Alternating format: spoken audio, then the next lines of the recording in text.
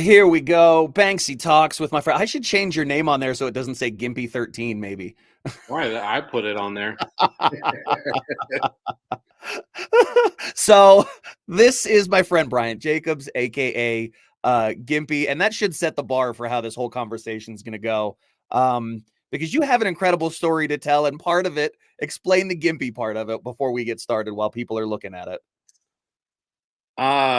If you don't make fun of yourself, then why there's no point in laughing. You know what I mean? Like, so being an amputee, I'm kind of gimpy, dude. Like, not gonna lie. But the 13, like, if you put it together, it creates a B. So Got I it. I like it. So, well, let's just get right into it. So, since we're there with the amputee thing, talk about losing your leg, where, how, and the process that led up to it. I mean, it obviously starts with your service in the military, and then we'll work backwards from there. Okay.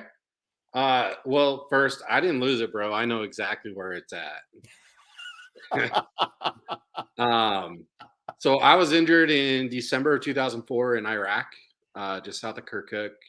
Got hit by a roadside bomb and uh, drug my leg. I spent 2 years at Walter Reed, the old Walter Reed in Washington D.C. I was limb salvage for 10 years, and finally, I was talking to some buddies. I did a marathon on my hand cycle, and talking to some buddies, and they're like, "Why do you have it? Like, what's it doing for you?" And at the end of the day, it was doing nothing but creating issues and pain. So 6 months after I married my stunning young bride, I amputated. And I'll tell you what, like, if you want to challenge your marriage, cut off a cut off a limb. Well, that's, I mean, like, you're still in that honeymoon stage. Like, what do you say? You're like, oh, babe, I'm gonna cut off my leg. I'm No, just dude, it done was with it. her.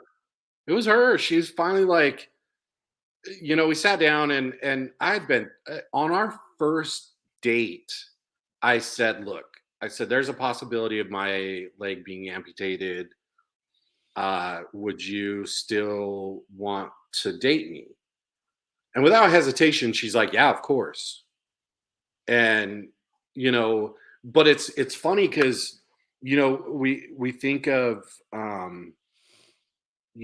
taking care of our significant other when they're through sickness and health and all that, and you don't sign up to be with somebody as a cripple. Like, let's be honest. And it is hard. Like, it's hard that Michelle has to do so much more than I do.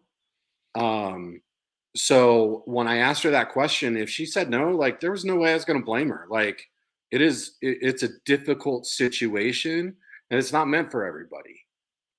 And for her to say without hesitation yes, like, to me, dude, she was a keeper. Is Like, that when you knew, you were like, right from that moment, like, this girl's got to be the one, right? yeah, let's say On that. I top of like being that. incredibly attractive and charming and, Yeah, yeah. successful and, Yeah. all the things that we're not, because we've gone out before, like, and hung out, like, both of us are punching way above our weight class with that. Oh, for sure, dude. Yeah, 100%. So take me back to that day that it happened, because for a lot of people, they have no idea. I mean, we see these things in movies, we see these moments happen, and you see, like, Lone Survivor. Take us back to the day you got blown up and the day that it happened. Like, talk through that experience of, just going out to work that day, because basically when people don't realize, like, when you're at war like that, like, that's just your job. That's your 9 to 5, right? And a lot of guys that I've talked to treat it that way. Like, you were just going out to do what you do that day, Yeah. only some incredible things happened to you. Talk about that day, bro. Dude, I'll tell you what, like, being deployed 9 to 5 would have been dope. Like, Okay, not actually 9 to 5, but like, we're talking we like, a lot of us go to the office, I go to the studio, we do our things. Like, for most of the guys in the military, like, war is yeah. just your job, and a lot of Oh, guys yeah. treat it that way, right? Dude, I'll tell you what, man, I loved being deployed. Like, and it's not all about, like, the war movies where it's constant like kicking indoors, kicking ass and taking names. Like, it was nice being in the communities, helping kids and all that. Um, but going back to that day, it was first. Let me say this: like, so when we deployed, because it was early on, there was never really, in my mind, being injured thing. There's no middle ground. It was either I was coming home fine or I wasn't coming home, right? Like, or I Wow. was coming home in a box. Like, let's be real. So for me, it was so hard grasping that notation that like there is that possibility. So I was hurt December 3rd of 2004. Woke up, routine route clearance mission. We drove the road early, like right at daybreak, to determine, if there was any roadside bombs, anything like that, that, you know, we made it safe for everybody else to travel the rest of the day. And so we were also over there before everything had to be up armored. Like the front half of our Humvees were up armored about halfway through our tour. So I'm grateful that it happened 11 months into my tour, so I can't complain about that. But so we woke up to do route clearance. Um, we cleared the whole route, and then we had to backtrack um, about a half hour to go pick up. Um, we had to go pick up some guys and escort them to the big air base in Kirkuk. And we waited on them for a little bit. So let's just say in that like 45-minute to an hour time frame, they placed another IED. And you know, I I just I was in the unlucky vehicle. Um I have no idea how big it was, anything like that. I don't think anybody paid attention to that really. So um at that point, we rigged steel plates to the sides of our Humvees for protection. We didn't roll around in, with turrets and all that. We were in the back. It was like the bed of a truck, really, and we mounted a turret to the middle of it. So we had a gunner, and so we had the gunner, and then me and one other guy in the back. And I remember feeling the percussion of the roadside bomb. And it's funny how things in your mind are slow motion, but in reality, it's not. It's a couple seconds. Dude, this whole thing was slow motion. Like, I remember leaving the truck going 55 miles an hour. And I remember the sky being super blue that day. Um, and I hit the ground, tumbled, and I have all this gear on, and for the life of me, I could not catch my breath. So I figured the wind got knocked out of me. Like, all this stuff is going through my head, and I'm like, "Hey, you got to get up. You got to pull security." So I went to, and I'm still trying to catch my breath. I couldn't figure out why, because when you Like you fell out of the truck and the wind got knocked out of you, Yeah, right? dude, Like, and it takes a couple seconds, and then you're like, okay, like on a normal something where the wind gets knocked out of you, it's 5 seconds, and you're like, okay, cool, like I can go back to doing whatever I'm doing, yeah. and this wasn't the case, but I landed on my stomach, and as I was pushing myself up, I noticed that I was missing this part of my finger, and I could see the bone. And for that split second, I'm like, dude, that is the coolest thing I've ever seen. Like, I've never seen my own bone, like that's rad. And then I'm like, okay, something's going on because I can't get up. And my guys, at that point noticed something was wrong with me because you know, I at the end of the day, like they thought I was in the prone position, pulling security.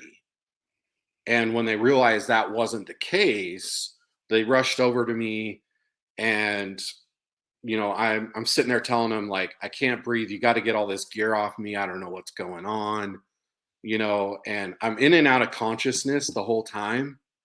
Um, and just trying to figure out life really at that point. And I can't really move my legs. Like I just like I just I at the same time, like I still had no like I don't know why, but I didn't look down to see what was wrong with me. Um and I think it's because I was in and out of consciousness so much. So they call the 9 line, get the medevac helicopter on the way. So the guy sitting across from me unfortunately didn't make it home. Um, so they they threw they threw me in the back of the Humvee and just started taking off because we were only like 15 minutes away from the big air base in Kirkuk where I would have got medevaced anyway. And they didn't think I was going to make it. So they're like, screw this. We're not taking the chance. So they threw me in the back of the Humvee and I'm laying in my buddy's lap. And I'm just telling him how tired I was. And I said, I just want to go to sleep. And he's literally slapping the shit out of me, telling me I have to stay awake. And I'm like, dude, I'm just like, I'm done. Like, I don't know what's going on. I'm just tired, And so fast forward a little bit. So the medevac helicopter landed, um, and so I was on the litter in the back of the Humvee, and so they went to take me to the medevac helicopter, and my right leg slipped off, and it was probably one of the most painful things I've ever experienced. Well, I broke my femur right above the knee, and instead of when my leg fell off, instead of it bending at the knee, it bent at where I broke my femur. And I just remember how painful it was. And then I remember the as the helicopter's lifting, like the propellers were like pushing me down. And I remember that, like, and then we took off, we landed at the big air base. And as they put me on a stretcher, and as we're going, they're wheeling me into the ER. Like I remember how painful that was because it was asphalt, and asphalt's not smooth, right? So it's Right. bumpy. And so they're pushing me in, and I'm like, what the hell is going on? Like, this hurts so bad, and all I'm doing is being pushed in. And then the last thing I remember is a couple doctors standing over me, and I could see that their hands were just covered in blood. And then I woke up 3 weeks later at Walter Reed in Washington, D.C. Wow. So you don't even remember exiting the theater or any of that. Like you were unconscious that whole time. Yeah. So when they called my parents, they're like, we don't think he's going to make it to Germany. So we're going to fly you to Germany. We're going to keep him alive as long as possible so you can say your goodbyes. And then they called him back the next day and said, change of plans. We think we can keep him alive till we get him to Walter Reed. We still don't expect him to make it. So, just so you know. And then, but I always laugh about it because, like, flying in a country, like, with all your gear on, your sensitive items, like, we had our rifles under our feet, and it was a 24-hour flight. Like, and so I always laugh about it because I'm like, at least I wasn't awake for that 24-hour flight home. You know what I mean? Like, I got to sleep through all that. And you didn't have to check all your gear back in or Yeah. anything. Yeah. Like, I didn't have to worry about anything. No itemized report. Sorry, you're missing a spoon. We can't check Yeah, the unit dude. out. Like, we're going to charge you $500 for that spoon that you lost. Like, I didn't have to worry about any of that, dude. Like, it was rad. So so do you remember the first time seeing your parents? Like as you were conscious, I guess, for the first time, like, who was there? Uh, so I have 2 sets of parents, and they were there, and I remember waking up, and it was, early in the morning, and so they asked if I wanted breakfast, and I'm like, yeah, I haven't eaten. I don't feel like I've eaten in days, you know?" And my stepdad, was like, "Dude, like, you need to take it really slow."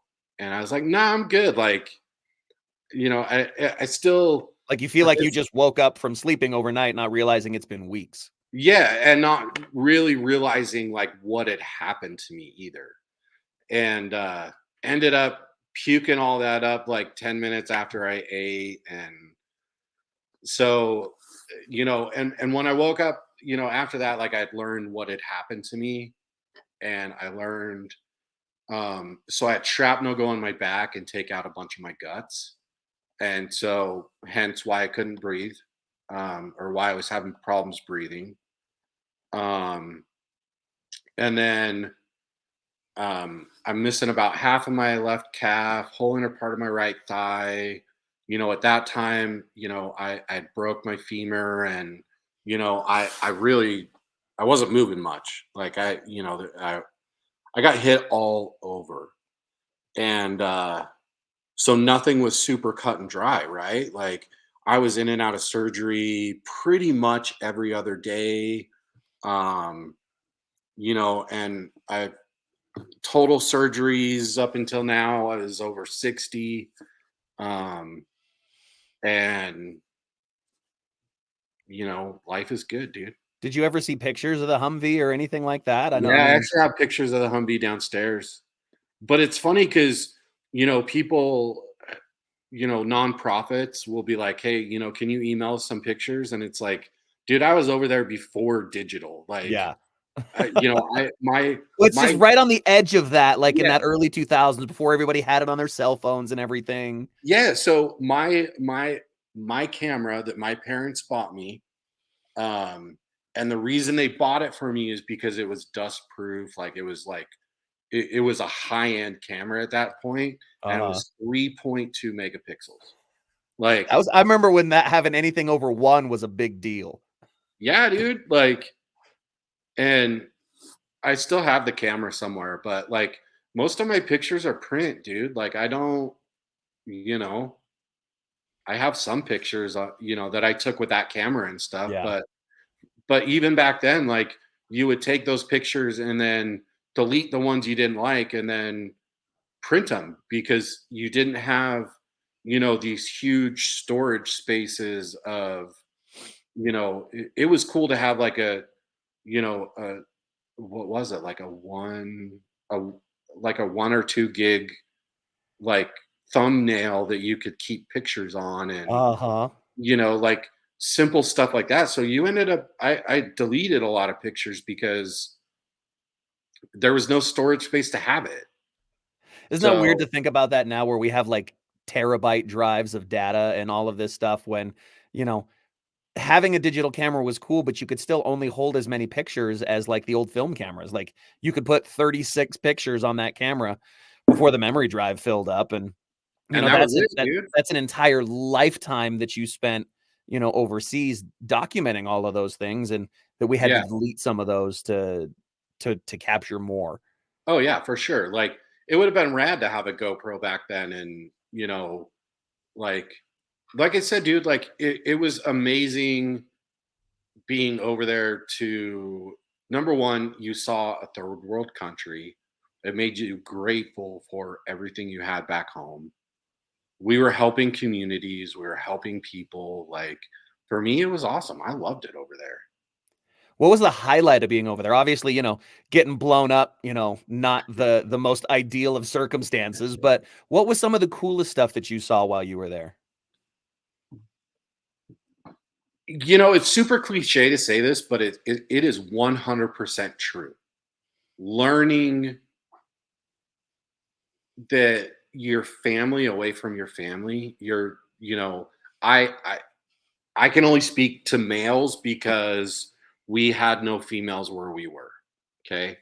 So, you had a bunch of brothers that you were with 24 hours a day, 7 days a week in, I want to say it was like a 8 by maybe 16-foot trailer that like, is just a It's a little common. bunkhouse. Yeah, it was a little bunkhouse that 4 guys slept in, and, you know, uh, so the brotherhood over there was amazing. Like, it's something that you can't beat. But as far as like a deployment goes, um, we opened a school. We didn't build it ourselves. We contracted it out, um, and helped build a school. And the community did this big, like, party, like grand opening thing, and we got to tour the school, and it was super tiny. Um, so but it was still a school, and you look at the, I always tell people, like, picture Little House on the Prairie desks.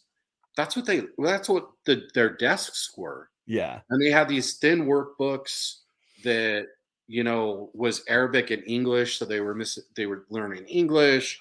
And it was just this big community event to celebrate they had a school to go to. Well, and I think for many of those kids, like, because that was the first time that girls were allowed to go to school, right? Yeah. Like, it's such we think of school and, my kids are 14 and 10, and we have these giant campuses with all the state-of-the-art technology, and it's just assumed that everybody under the age of 17, 18 just goes to school, but Yeah, school dude. up until that point was for boys and Yeah. not for all boys. So to be able to open that up, for the first time post Taliban, right? Yeah. That girls could go to school. Yeah. And honestly, like, so, for me, I talk about my kids, and, I want to say it was starting in middle school, dude, they brought home Chromebooks. Oh yeah, that's where my kid's at right now.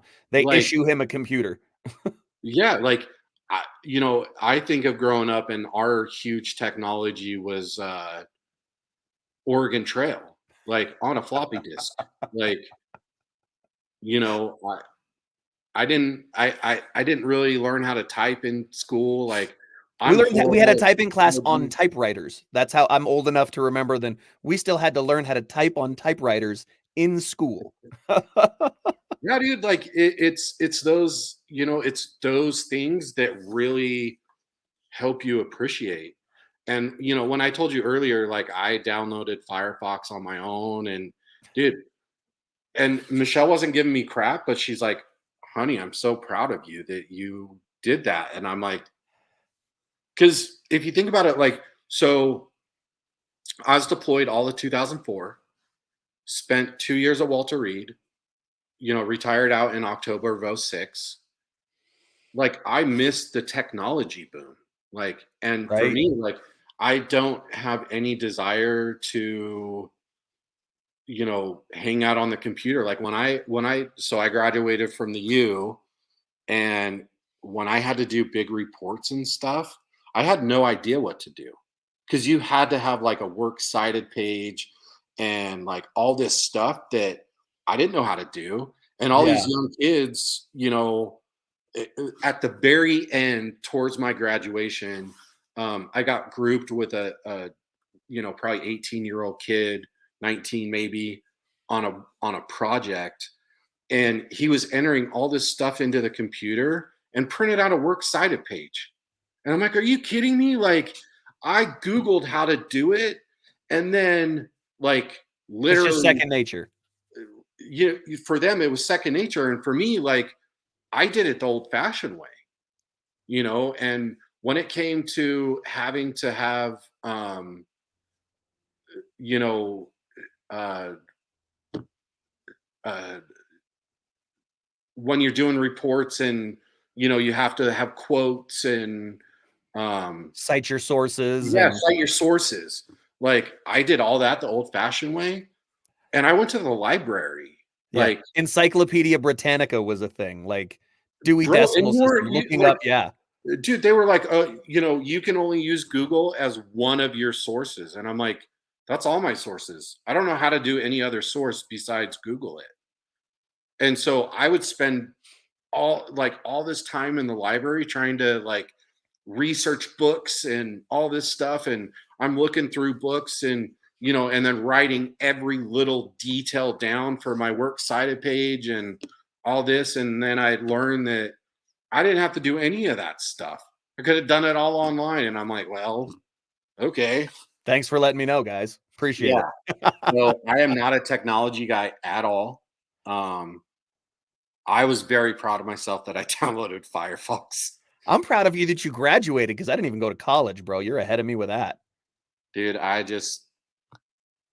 it was something to do. I came home, I was lost, man. Like, I had no idea what to do. You know, I went from having this huge family of brothers that looked out for me no matter what, to coming home and, you know, I have a great resource of friends and family, but it's not the same, you know, Yeah. and then being home coming home as a cripple, like, that's even worse because, you know, I stuck to myself in school because I didn't know what else to do. Well, and it's And hard enough for a lot of guys, and you and I know a lot of people, and we'll talk about that next, that have a hard enough time transitioning out of the military into civilian life on its own after going through everything that you did, especially for those of you that deployed into combat zones and saw the worst of what humanity can be, to come back and just to be expected to pick up a job at Home Depot or whatever. Like that transition's tough enough. Talk about that transition and how you adjusted with one good leg and with missing fingers. Like you have a whole other layer of them, and you know, TBI and all of these other things that you have to deal with now on top of the stress and hardships of transitioning out of the military. And then I'll talk about the positives and how you and I met and sure. some incredible things that are going on in your life too now that are helping other people. For me, I didn't. It was I didn't transition until probably 5 years later. Um, I became an alcoholic, dude, like 100%. And it's only been recently that I've actually, I don't want to say acknowledged it because I think deep down I always knew. Um, and don't get me wrong, like I still have a drink here and there, but I don't let loose like that. Like I don't like who I was. You know, I came home and like I said, dude, like I was walking around with a cane 24/7, in pain 24/7. Um, And just self-medicating with the yeah, alcohol. yeah, self-medicating with alcohol. Pretty much from the moment I would wake up, like this is horrible to say, and I don't condone this at all, but I would drive to school with a Red Bull vodka every morning. Like that was my life, man. And carried around a flask with me to all my classes and just self-medicated all day, every day.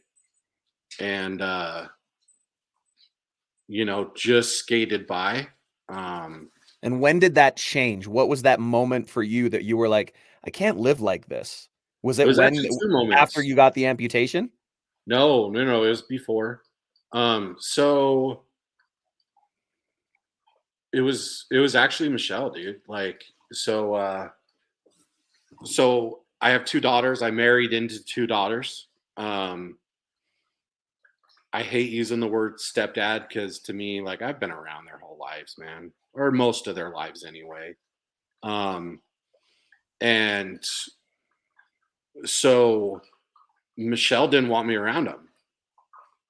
You know, we at the time she had 50-50 custody, and when she wasn't with her kids, she was with me. So I would pretty much only see her every other week because I had no desire to raise kids. I had no desire, you know, I didn't have any desire to get married, nothing like that. Like, I didn't know. It's funny because deep down, like I knew Michelle was the one, but I didn't want to admit that because I didn't want the one. Mhm. Like, I was still hurting, I was still not in a good place, and it was kind of her, we got more and more serious, and the more serious we got, the more she didn't want me around her kids because, the more serious we got, the more time I spent with her. And, for the first while, like, I didn't meet her kids. We did a bunch of lunch dates because she's like, I don't want to bring random guys home to my kids.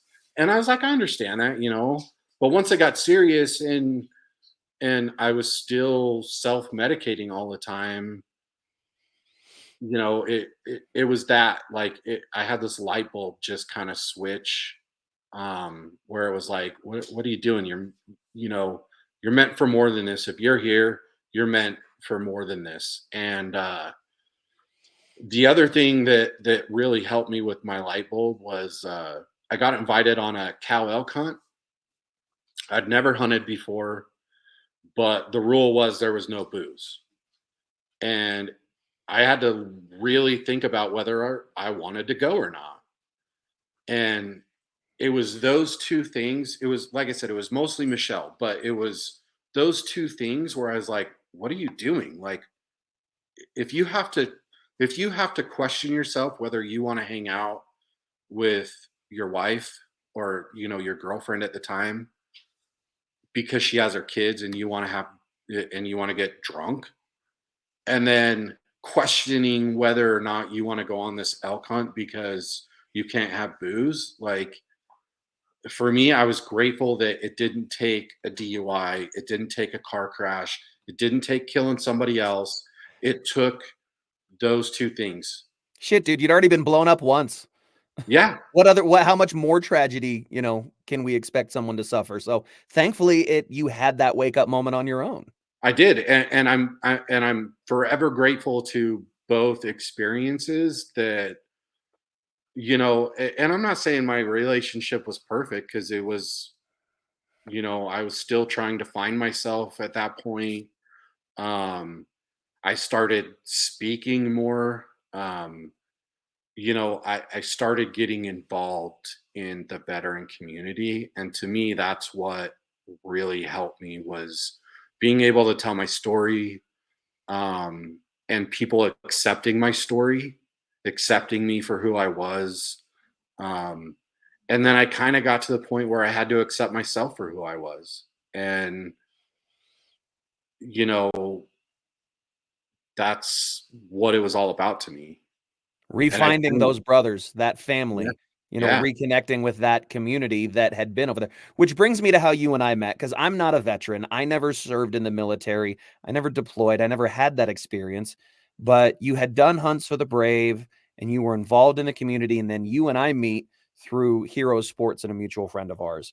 And yeah. you were kind of integral in bringing Hero Sports to Utah and setting it up because of a conversation you had with a mutual friend of ours. Talk about that conversation and starting what ended up being the greatest damn little softball team that I've ever been a part of. You and me both, dude. Like, can we say his name? I Oh don't yeah, know. absolutely. Okay. Drop his name. I want you to be able to tell the story your own way.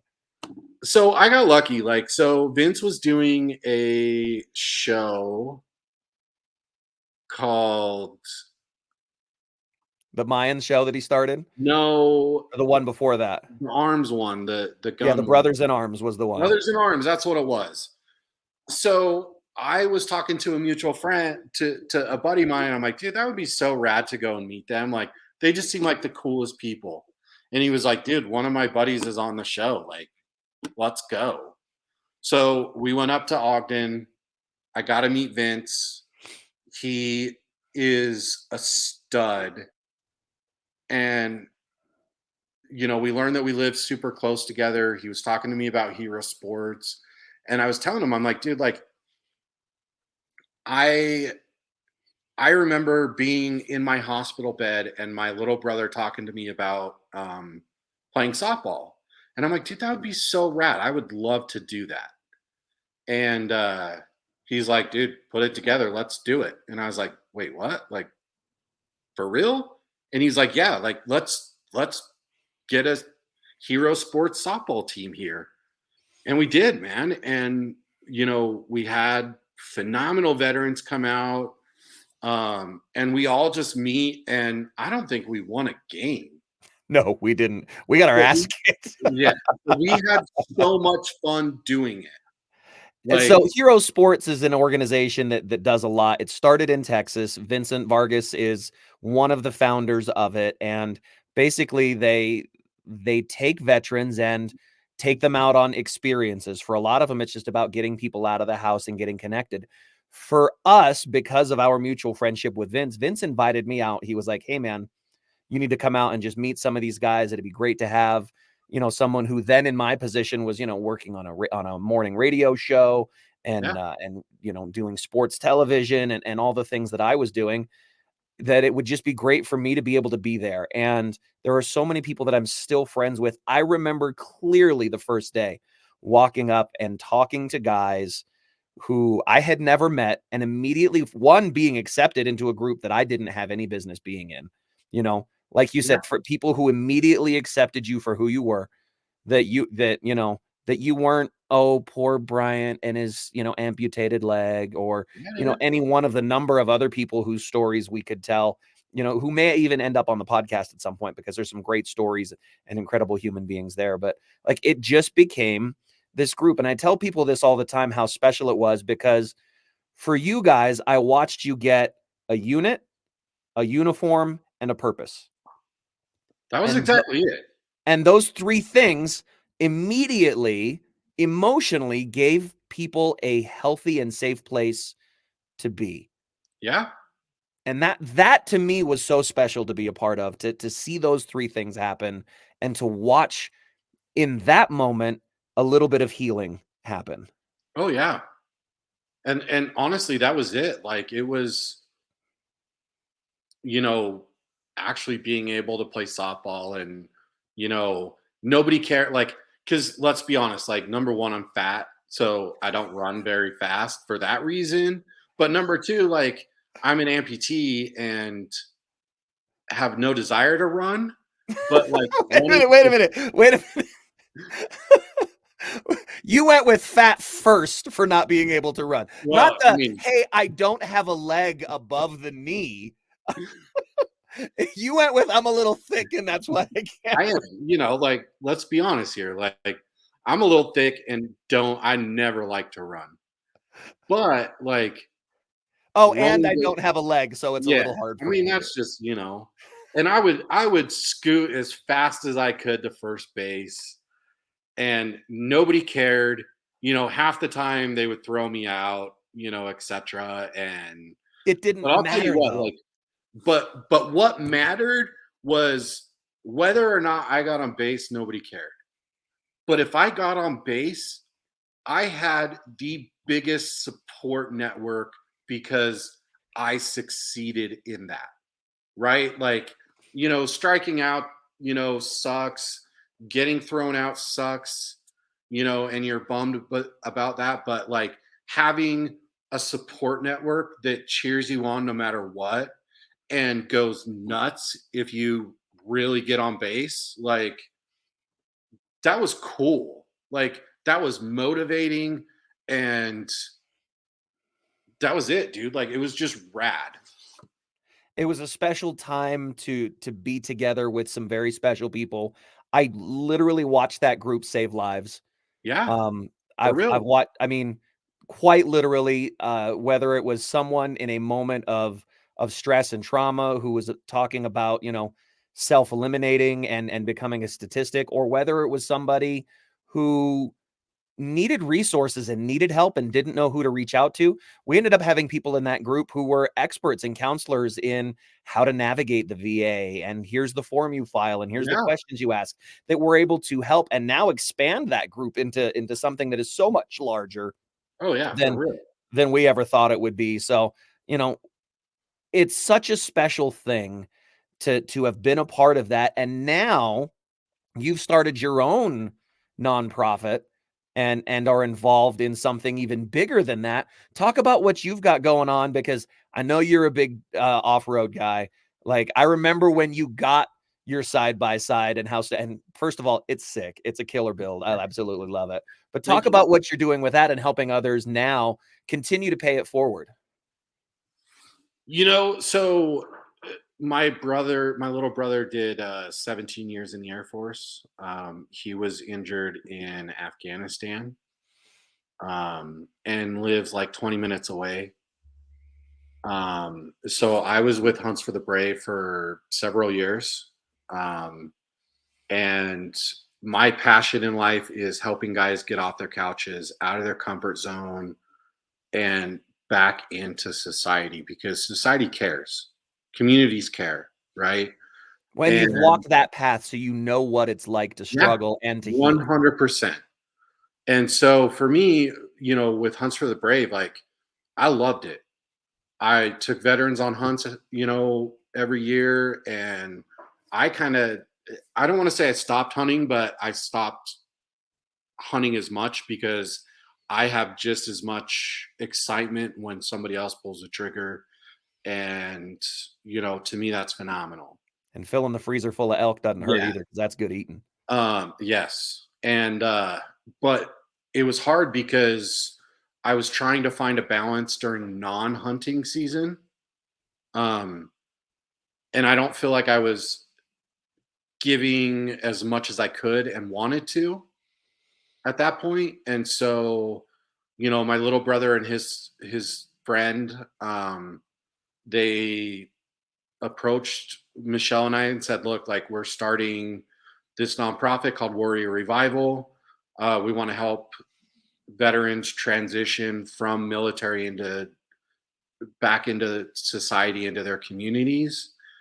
And to me, it was a tough decision, but it was a no-brainer at the same time for several reasons. Number one, first and foremost, I get to hang out with my brother a lot more, which is amazing to It's me. beautiful.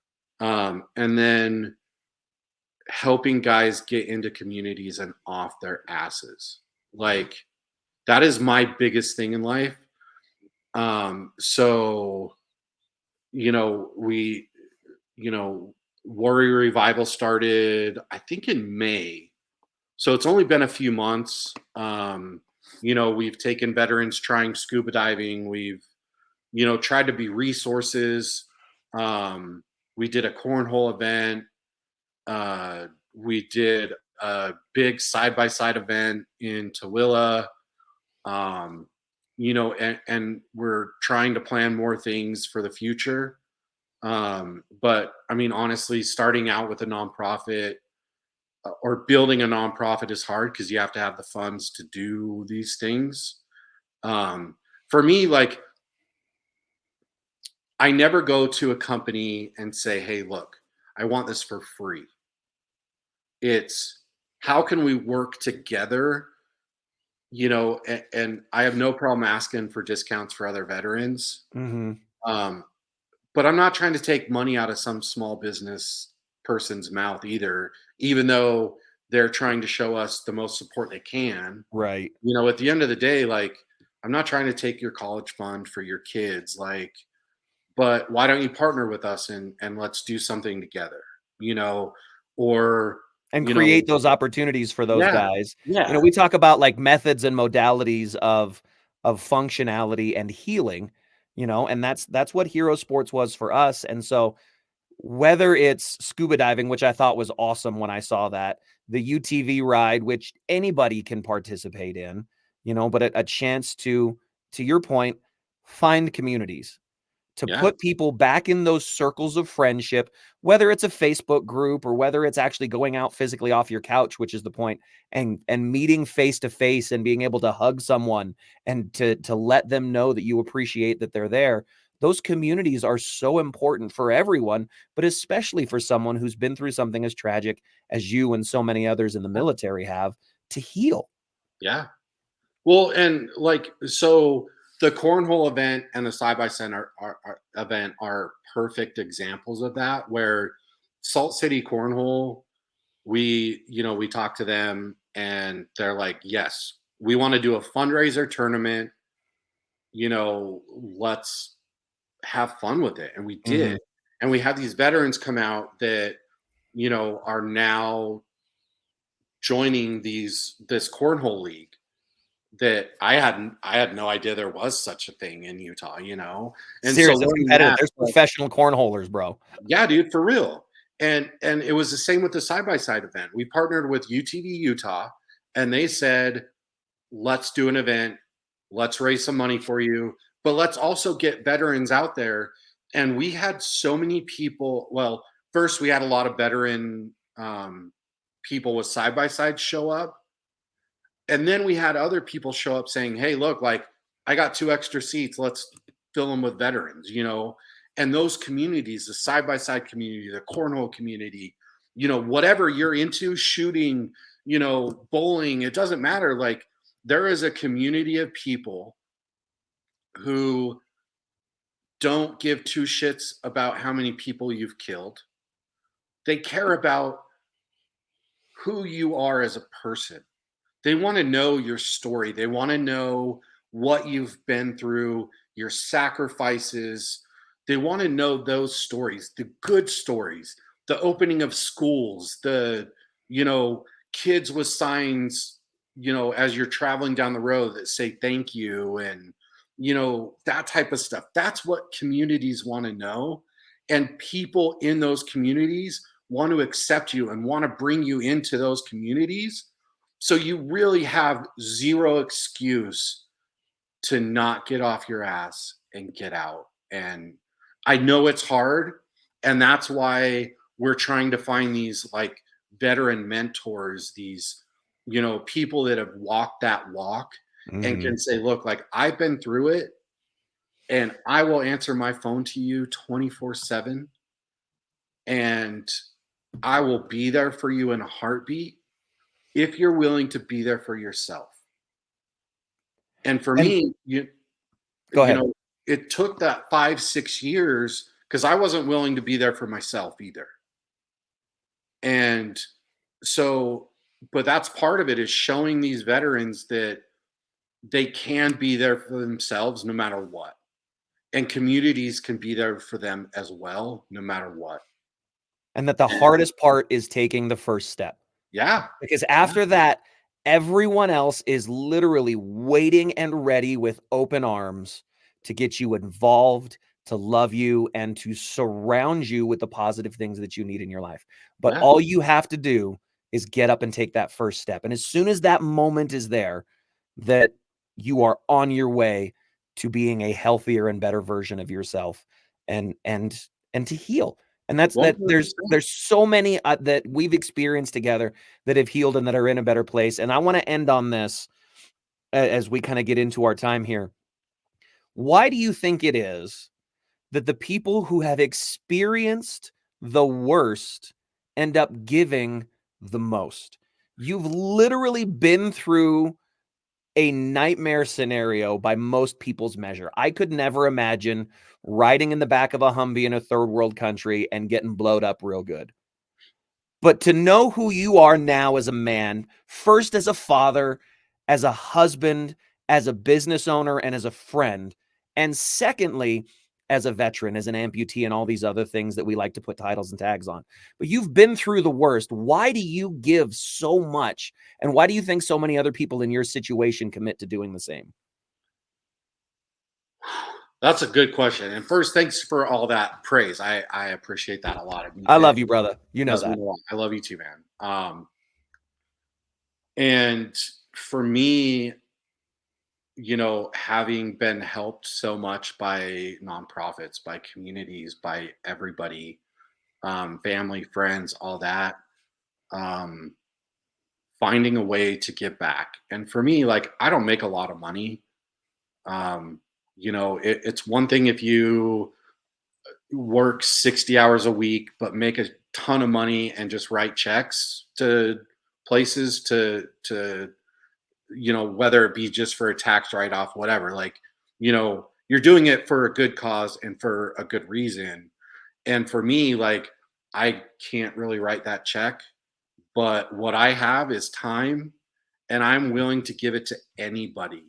Like, not just veterans. Like, I was part of taking a paraplegic man on a once in a lifetime moose hunt this year, and a 15-year-old kid that may or may not live to his early 20s on a bull elk hunt. Like, giving back not only puts you in that right place and in your life, it brings joy to others, it brings joy to yourself, and it helps you lift above all of the negativity that you could have. I could be a veteran that sits around and says woe is me all the time, but what is that going to do for my life? My quality of life is so beyond measurable because I've been through so much and I give so much that to me it balances out. Like, I I just love people. Like, I love giving back, and I love being able to help people get back to, you know, that place in life where they can start living again, and that's it, man. Like, I And just be happy. just be happy, and I'm happy, man. And Michelle, it's hard because I can't find that balance between doing things for myself because I'm always like, I'm going to be selfish today and watch a movie at home. Like, Uh-huh. I feel selfish. Like, I could be out helping others, but like I said, it's the simple things. And most of the time it's when I'm in a lot of pain because I still have a lot of pain, but it's not as bad as it was. And so I still have bad days where I'm like, you know what? Like, I'm not doing anything today. I'm not committing to anything. Like, I am chilling all day. And Well, you the know, first step to being able to love others fully is to be able to love yourself fully for what you are and where you're at. And 100%. whether you are masking that with drugs or alcohol or what other habits that you have that keep you from fully healing and accepting you for who you are will keep you from loving and accepting others. And I don't think we can cover that up as a community anymore. And I think thankfully there is a huge movement away from that as a coping mechanism. And I Yeah. think we're in a place now where we are talking about healing, we are talking about help, especially in the veteran community, to try and continue to have people remove themselves from the equation and to stop Yeah. people from being a statistic. So thank you, brother. I've taken up enough of your time, and I could sit here and talk to you all day. You know that. Dude, Um, feelings neutral. you are one of the most beautiful people that I know. The only thing bigger than your belly is your heart. And um, and I am grateful to be able to call you my friend. So big shouts out to Hunts for the Brave and big shouts out to Hero Sports. If you want to support them, do that. But if And you want to Warrior get Revival. involved, if you want to get involved specifically here in Utah with what Bryant is doing, Warrior Revival, look them up on Facebook. Warrior Revival is doing amazing things. If you need help, reach out to Warrior Revival in that community and just be like, hey, this is what I'm into. Do you know of someone or something that I could do to get involved? And we know so many people that we can put you in touch with that let's continue to help change the world and to help make lives better. So Warrior Revival is absolutely doing incredible things just in the few short months that you have been doing it. And I can't wait Thank to see you. what else you do, brother. Thank you so much for your time. I appreciate it. I love you, man. Thank you so much for having me. Love you, brother. We'll catch up again soon, man. All right.